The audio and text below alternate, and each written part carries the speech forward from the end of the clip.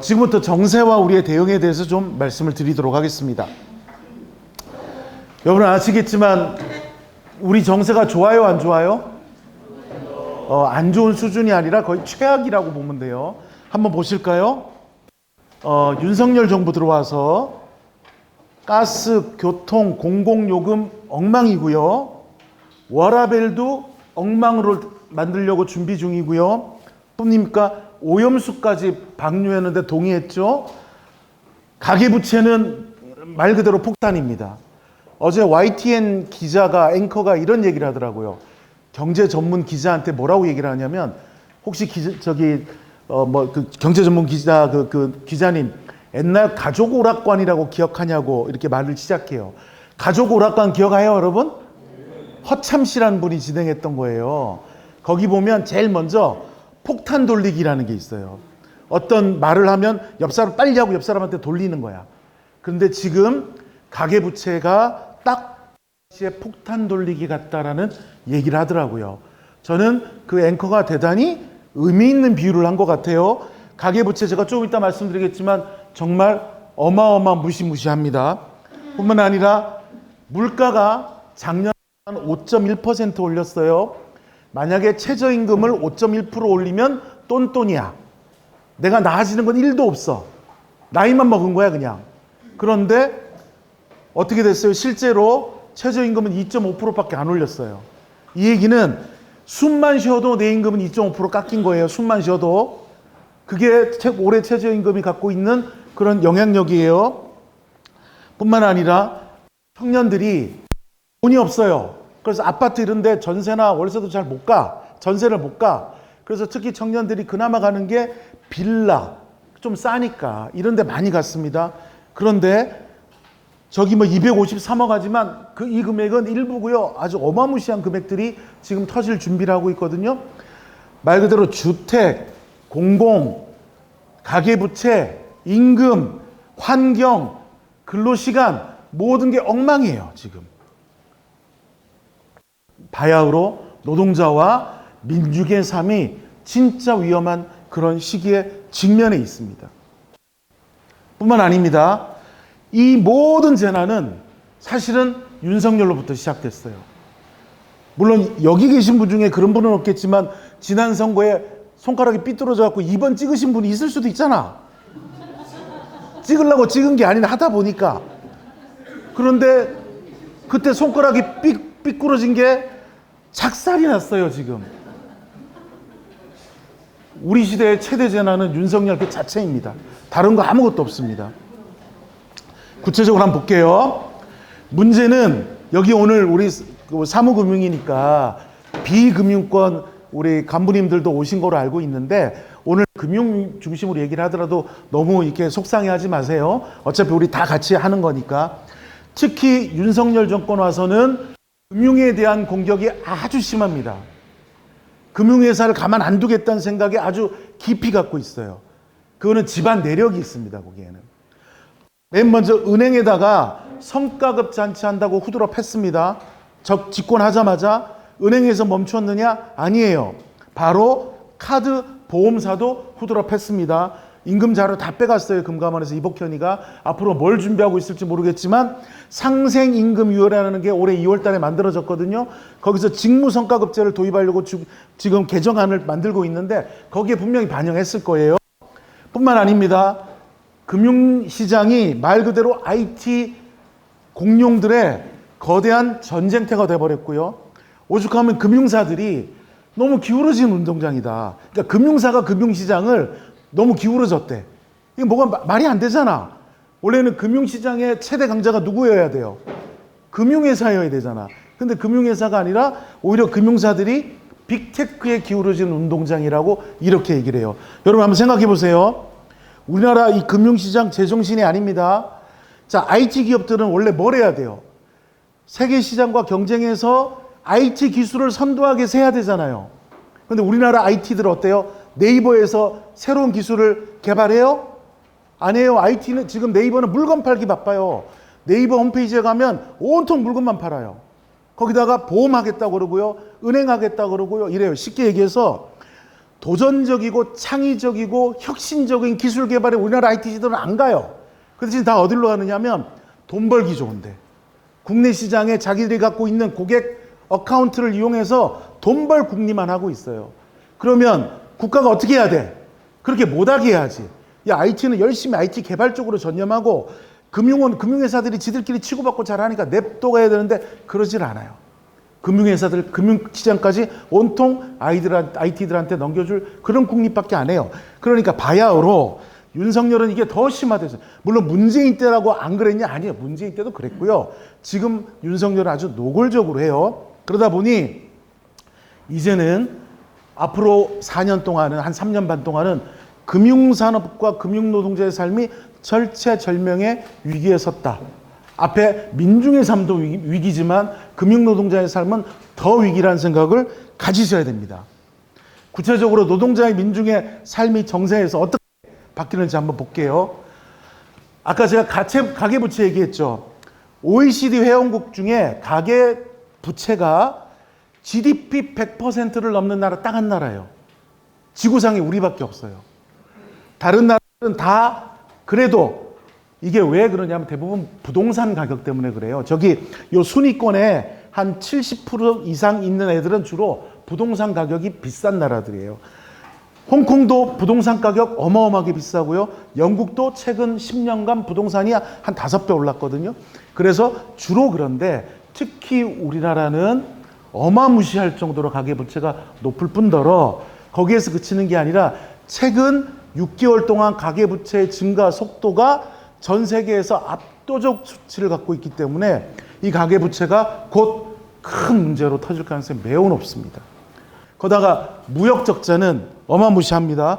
최근에 무역적자 폭이 줄어들었다고 국가에서 막 구라를 많이 치는데 실제로 통계를 보면요, 2022년 10월달 대비해서 2023년 이달 요거는 31일까지 빠진 자리예요.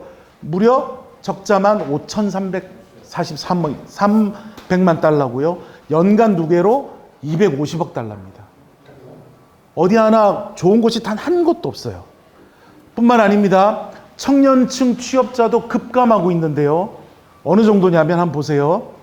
연령대별로 취업을 보면 전반적으로 취업하는 사람이 줄긴 줄어요.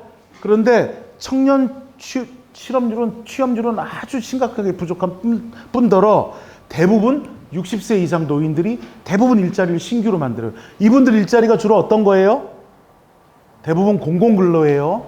공공근로. 일주일에 3일 나가서 길거리에서 휴지 줍고 풀 뽑고 45만 원 받는 이런 일들 하시는 거예요. 그래서 실제 저 취업자 증가 추이도 보면 왜곡이 대단히 많아요. 보시는 것처럼 가장 큰 비중을 차지하는 게 법인세입니다. 법인세는 기업의 수입이 줄면 당연히 법인세가 줄어들죠. 물론 여기에는 꼭 부자 감세 때문 100%는 아니에요. 물론 법인세를 깎아주고 면제폭을 늘려준 것도 부자 감세에 들어가니까 당연히 들어가고요.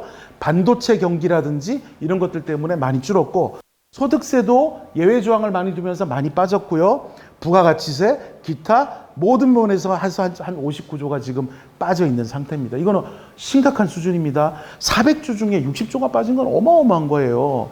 여러분 생각해봐요. 이게 집에서 월급 400만 원 받는 사람이 340만 원 받아도 힘들거든요. 이게 60조야. 어마어마합니다. 자, 부자들은 세금을 깎아주고 민중은 빚에 허덕입니다. 299만 명이 월 70% 이상 빚을 갚는 데 임금을 사용하고 있고요. 실제로 모 의원이 한국은행에다가 자료 요구해서 받은 게 7월달 기준으로 한개 가구라 그래서 돈 벌면 거의 숨만 쉬고 빚 갚는 집이 300만 명이라는 거예요. 뿐만 아니라 국민의 한 절반 수준은 소득의 40%를 빚 갚는 데 쓰고 있어요. 그래서 아까 보여드렸던 그 세수 결손의 모든 피해는 고스란히 민중의 몫이 됩니다. 근데 이렇게 빚이 많으면 또 뭐가 걱정이 돼요? 원금도 갚아야 되지만 이자를 꼬박꼬박 갚아야 되잖아요. 이자는 숨만 쉬어도 나오잖아요. 이자 한번 보실게요. 이거 제 이자입니다. 제 이자. 제가 캡처해서 한 거예요. 4월 달에 4.93%였어요. 이게 제 마통 금리예요, 마통. 근데 5월 달에 5점 가더니 맨 끝에 봐. 11월 4일 적용 예정이 5.96이에요. 앞으로 이거 곧 6, 7 갑니다. 여러분 실제로 그래서 빚이 있으면 좀 줄이고 마이너스 있으면 줄여야 돼 이제. 실제 저렇게 변화하고 있어요. 금리가 이제 한물 갔나? 다시 저금리 기조로 가냐? 절대 그럴 일 없습니다. 그러니까 앞으로 계속 민중들은 빚에 허덕일 가능성이 매우 높다는 것입니다. 국가부채 비율을 한번, 아까 제가 국가부채가 나온다 그러니까 했으니까 국가부채를 보면 베네수엘라가 1등이에요. 근데 아시겠지만 베네수엘라는 거의 망했잖아요. 저기는 사실 통계에 들어가면 안 돼. 망한 나라를 저기다 넣어갖고 되겠어요? 일본 보면 우리나라는 그나마 3, 4년 전만 해도 39% 수준이었다가 문재인 5년 동안 한 10%가 늘었어요. 왜 늘었어요? 코로나가 컸죠. 정부의 재정 지출이 큰 거예요. 그리고 보통 보면 민주당 계열이나 진보정당들은, 민주당은 진보정당이라는 뜻은 아니에요. 민주당 또는 진보정당은 국가의 재정 지출을 넓혀서 R&D, 교육, 복지 이런 것들을 폭을 키우려고 그래요.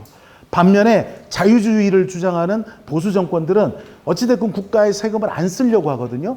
그러다 보니까 코로나를 겪으면서 한 10억 달러인가를 늘었죠. 그래서 우리가 10%가 늘었죠. 그래서 49%까지 왔지만 그래도 다른 나라에 비하면 아주 세 발의 피해요. 근원 물가라는 게 있는데 근원 물가는 뭐냐면 변동성이 아주 높은 품목을 빼는 거예요. 대표적인 게 농산물하고 석유류예요. 농산물은 시황이 좋으면 가격이 내려갔다가 시황이 나쁘면 확 올라가거든. 그러니까 요거 빼고 석유류는 오페크가 증산하면 내려가고 감산하면 올라가잖아요. 그러니까 석유류하고 농산물을 빼고 보면 외환위기 때 6.8까지 갔다가 2008년 금융위기 때 4.2까지 갔다가 올해 4.5까지 지금 가고 있어요. 작년에 5.1이었고요. 그러니 이 근원 물가를 보더라도 현장에 있는 우리 민중의 삶, 우리 조합원의 삶이 되게 팍팍해졌다는 것을 우리가 알고 있어야 됩니다. 두 번째로는 노동과 관련해서 한번 볼게요. 뭐 반노동, 반공공성을 윤석열 정부 와서 심화됐다는 것 다 알겠지만 이제는 다들 아시죠? 주 69시간제 도입하겠다고 발표했죠. 하지만 지금은 법안을 내서 통과 못 시킵니다. 야당이 반대하고 통과 아예 항목에 심의조차 안 해요. 하지만 내년 총선에서 윤석열이가 자기하고 처가가 살아남기 위해서는 반드시 과반해야 되거든요. 수단 방법을 안 가리고 과반하려고 할 겁니다. 누구를 감옥에 보내든지 간에.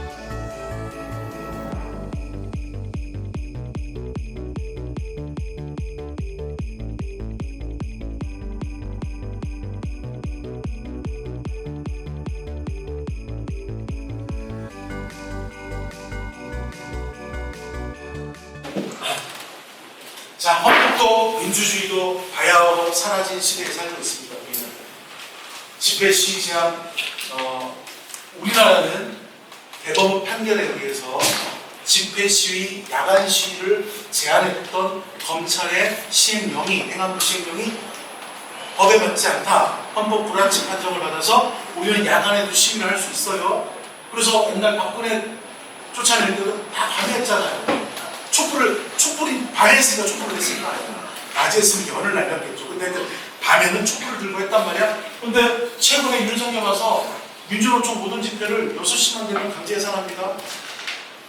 법원에 뭘 넣어도 그런 거 신경을 안 써, 얘들은. 그냥 뭐 무차별. 무대포, 아주 이런 식이에요. 공안 탄압은 어마어마하게 하죠. 민주노총의 그 모 국장님이 뭐 북에 있는 그 일가 친척하고 뭐 서신교환을 보냈다고 국정원 요원을 50명 끌고 오고 경찰 한 700명 끌고 와가지고 그 양반을 전전 여차 쓰고 출근하는 생 난리를 쳤던 공안 탄압의 시기도 있었죠. 언론 장악 아시죠? 요새 이동관이 다시 집어넣어가지고 어찌됐건 언론 그 다음에 뭐 미디어도 그렇고 있죠 거기 하나 있잖아요. 요새 조짐입니다. 뉴스탑 거기도 박살내고 있죠. 그 다음에 공공연하게 거부권 행사하겠다고 노조법 이상 개정 또 실제 거부권 행사는 한두 개 아니죠. 앞으로도 거부권 행사 계속하겠다 그러면서 말 그대로 삼권 분립, 민주공화정 이런 것들이 완전히 없어지는 그런 나라에 살고 있습니다. 자, 그럼 우리 이제 하반기에 어떻게 투자할 거냐? 그저 나는 우리 대응해야 될 거야. 이 하반기는 2달밖에 안 남았기 때문에 오래 가기보다는 내년까지도 강통한다고 생각하면 좋을 것 같습니다. 첫 번째는 윤석열 정권 퇴진 투쟁의 정당성 이걸 여론 확산해야 됩니다. 근데 여러분들이 광화문 사거리 가가지고 메가폰 들고 막 떠들실 건 아니잖아요. 그래주면 좋긴 한데 그럴 시간 없잖아요. 마음은 고독하지만. 그럼 어떻게 해야 돼요? 현장에 가서 내 조합원, 내 간부들한테 내 대의원한테는 이 사실을 끊임없이 알려줘야 돼요. 교육하고 끊임없이 자료 내고 그래서 현장에 알아야 돼요. 두 번째는 양대 노조가 현재 공투본을 결성했습니다. 양대 노조라는 게 어디냐면 한국노총이 있는 금융노조, 그 다음에 민주노총이 있는 사무국노조가 현재 공투본을 결성해서 이 공투본 활동을 하고 있는데 이 공투본 활동을 통해서 금융공공성을 강화하고 구조조정 투쟁을 해서 사무금융노조가 생존권을 사수하는 방향으로 진행하려고 합니다. 조만간 이미 그런 일들을 하고 있고요. 이후에 남은 과정에서도 각종 캠페인, 공동집회, 공동투쟁들이 일정들이 나올 겁니다. 당연히 노조법 비상조건 개정을 올해 본회의에서 반드시 올려서 반드시 끝내야 됩니다. 저기 서실장 우리 본회의 언제 상정한다 그랬죠? 9일이요. 11월 9일. 11월 9일 날 여기 본회의 상정이 될 것 같아요. 우리 다 관심을 가지고 본회의에서 통과되고 물론 윤석열이가 거부권을 행사한다고 하는데 할 테면 해보라고 하고 일단 본회의 통과시키는데 우리가 집중해서 노조법 2조 3조 바지 사장들 이거 우리하고도 대단히 관련이 많습니다. 우리 대부분 콜센터라든지 이런 데 하청 노동자들 많이 쓰고 있거든요.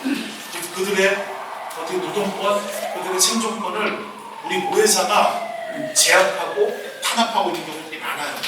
노조 간부라면 이런 것들을 스스로 해소하기 위해서 더더욱 노력해야 되고 스스로 바지사장 없애는 거, 손해배상, 택도 없는 손해배상으로 노동자업에 재갈 물리는 거 없도록 노조법 2조 3조 개정에 관심을 가지고 함께 투쟁해야 됩니다. 그리고 무엇보다 이제 오늘 1일이잖아요. 열흘 남았어요. 11월 11일 날 전국 노동자 대회에 총력 참여해요. 왜 이거 참여해야 되는지 제가 좀 이따 다시 말씀드릴 텐데 전국 노동자 대회 방침이 이번에 어떻게 정해졌냐면 상급 간부는 반급 땄다고 운영위원까지는 반드시 데리고 와라. 대의원까지 데려오면 굿. 조합원들 데려오면 베스트. 최소한 운영위원은 반드시 데려와라. 이게 이번에 상근노조의 지침이에요. 그러니까 동지들 운영위원들 11월 11일 날 나가자 그러면은 백백을 사주냐 뭐 이런 얘기 하면 사줘요. 사주고 근데 데리고 오세요. 데리고 오셔야 됩니다. 데리고 올 수 있죠? 네. 아 뭐야? 데리고 올 수 있죠? 네. 반드시 데리고 와. 모시고 오세요 제발. 그 다음에 내년 총선 일정이 코앞으로 다가왔습니다. 적극적인 정치 참여해야 돼요. 우리가 우리 목숨줄을 쥐고 흔들려는 아까 봤잖아요. 각종 보관들로 우리 어떻게 하자느냐고 준비하고 있는 거 다 봤지 않습니까? 그거 그냥 놔두면 안 됩니다. 반드시 적극적 정치 참여로 윤석열 정권을 퇴진하고 반대로 정책을 저지해야 됩니다. 하나씩 살펴보면 인사 관련해서 이런 얘기 많이 해주셔야 됩니다. 물가 인상되고 생각보다 너무 심하다. 최저임금은 적도오르고 올해 우리 임금 안 올랐다. 우리 가만히 하고 우리 임금 5.1% 이상은 올해 올린다는 거 그나마 본전치겠지만 5% 이상 못 올린 데도 많거든요. 숨만 쉬고 닦인 거야 지금. 뿐만 아닙니다. 수출 감소와 무역 적자로 나라 공동체가 망한다 막 이런 얘기 해야 됩니다. 그 다음에 R&D 교육지가 다 삭감돼가지고 나라의 미래도 없고 현재도 없어. 복지는 현재고 R&D는 미래거든요. 지금 나라의 미래와 현재가 없는 상황이에요. 오직 검사만 있어요. 검사. 그 다음에 가계대출이 폭발 직전이라는 거. 그 다음에 우리 가끔 보면 깃발 들고 다니면서 천국 지옥을 하잖아요. 말 그대로 부자천국 서민지옥이 됐습니다. 이 얘기 우리 현장 가서 해주셔야 되고요. 또 하나 노동부문도 얘기해야 되는 거야. 이 일자리야. 너 이제 앞으로 새벽 2시 3시에 집에 간다고 해도 못 가. 심화야. 리얼이야. 리얼. 이런 얘기 해주셔야 되고요. 그 다음에 노동자 명분 없이 탄압하고 회계 공시 안 하고 괴롭히고 안 하면 벌금 때리고 무슨 3대 부패 세력으로 만들어갖고 아니 대통령이 우리 회계장부 보자 그러면 앞으로 여러분 사장님도 와서 다 보여달라고 보여줘야 될 거야. 사장님 우리 잠깐 다 보고 인사부장이 와서 보고 노무법은 여기 쓰는구나. 오케이. 이러라고? 이게 말이 돼? 하라는 겁니다. 그 다음에 중대재해법 아까 들어오실 때 중대재해법 계약을 받기 위해서 서명해달라고 그랬는데 중대재해법 계약도 반드시 받아야 됩니다. 이 만신창이는 원래 더 강화해야 되는데 이거 없애겠다는 거예요. 그 다음에 노조법 2, 3조 거부하고 있는 이 현실도 알려야 되고요. 향후에 파견 노동 범위를 확대하고요. 대체 근로까지 활용해서 사실상 포함 못하게 하겠다는 그런 노동 일적 비전들을 윤석열이 갖고 있습니다. 그런 것들 못하게 해야 되고요. 정치 보십시오. 공안 탄압에 검찰 독재 다 알지 않습니까? 언론도 TV나서에 지 이름이 있는지 몰라도 칙소리 안 하죠? 정부는 비판해도 검찰은 비판 안 합니다. 기자들은. 야당도 그래요. 뿐만 아닙니다. 언론 산업화 계약은 난리죠. 굴욕 종사유교 아시죠? 극우 이데올로기 공세 갑자기 나와서 홍범도부터 시작해서 생 난리를 치지 않습니까? 뿐만 아닙니다. 정치인 실종되니까 민주주의 붕괴됐습니다.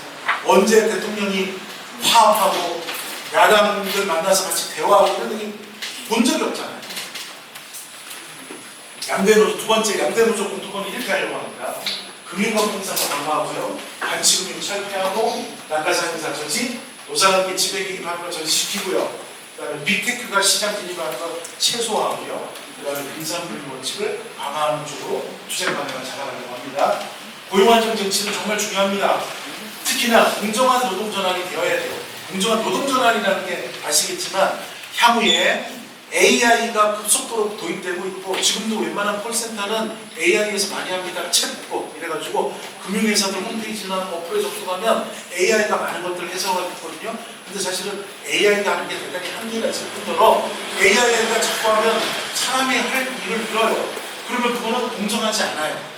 노동을 AI를 통해서 전환하더라도 다른 직무를 맡을 수 있도록 공정한 노동전환이 될 수 있도록 노동조합이 신경 써야 되고 그래서 고용안정 정치해야 되고요. 그 다음에 최근에 자회사의 강제전직이 되게 많습니다. 특히 생보사들은 자회사로 막 보냅니다. 막 보내서 이렇게 해요. 최근에 있었던 모 회사 같은 경우는 자회사 보내는 조건이 특히 지방에 근무하는 조건이 보냅니다. 지역을 다 사업자가 폐쇄해버려요. 생보만 보면 송부도 그럴 가능성이 있어요. 송부도 긴장해야 돼. 송부에 별로 돈 안 되는 지역 정보를 다 없애버리고요. 그 다음에 그 사람들을 자회사로 보내요. 자회사를 보냈는데 이번에 보내는 자회사의 조건을 보니까 퇴직금, 보상금은 조금 많이 줬어. 적당히 줬어요. 근데 연봉이 딱 지금 받는 거예요. 절반만 줬어요.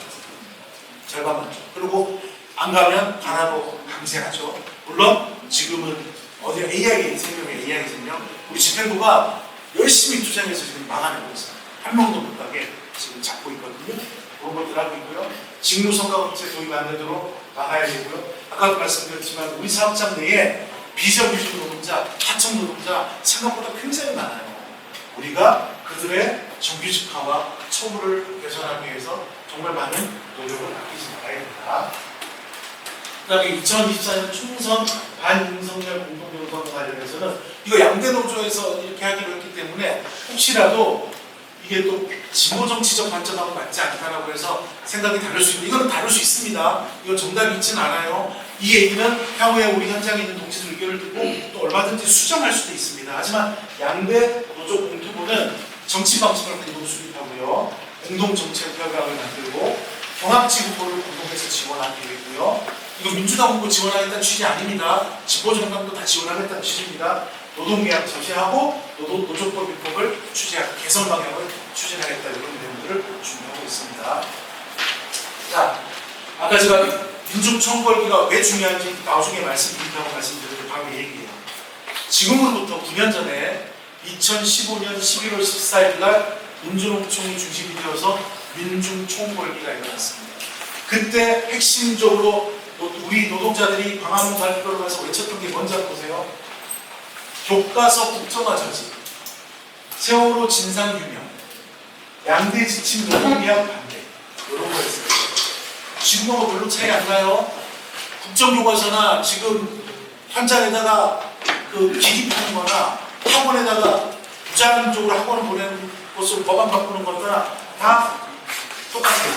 두 번째, 세월호 진상규명. 엊그제 무슨 일이 있었어요 우리? 12구 용산 참사 일주기 되는 날이었어요. 똑같아요.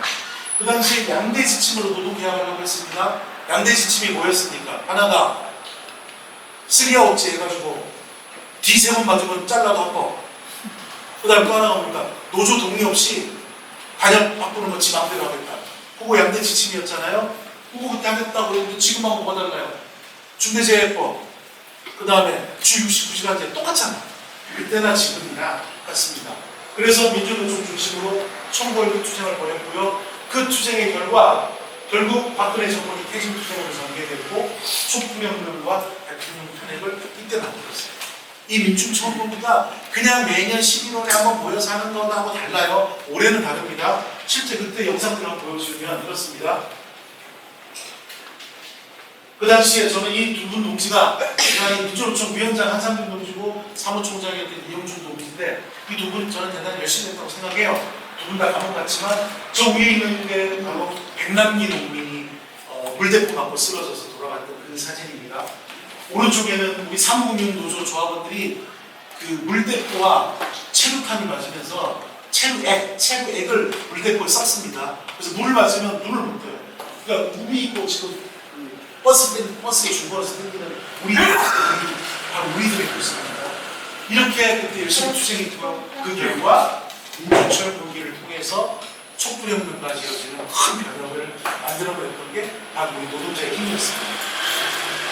딱 9년이 지나서 2024년 11월 10일 날도 또 총궐기가 일어납니다. 이때도 노동계약, 민영화, 일자리, 윤석열 퇴진을 거는 민주노총 집중운동이 있습니다. 이것들을 통해서 노조법 2~3조를 개정하고요. 그 다음에 노동계약 저지투쟁을 완성하고 2024년 총선에서 윤석열 정권을 심판할 수 있도록 우리가 현장 조합원에게 이 정세를 잘 설명하고 현장 조합원과 함께 이 과업들을 만들어낼 수 있도록 우리가 함께 노력해야 된다는 말씀을 드리겠습니다. 오늘은 시간 낭비 좀 넘어가겠습니다. 제가 다 말씀드렸어요. 우리가 해야 될 목표가 이겁니다. 윤석열 정권 퇴진하고요. 노동계약 저지 만들고 금융공사 강화 만들고 사무금융 우리가 생존권 사수하기 위해서 올해 11월 11일을 기점으로 해서 우리의 투쟁을 좀 조직하고 현장기업 조합원들을 더 조직할 일들을 우리 동지들께서 좀 해주십사 하고 말씀드리면서 여기까지 하고 제가 오늘 드릴 정세는 일단 마치겠습니다. 감사합니다.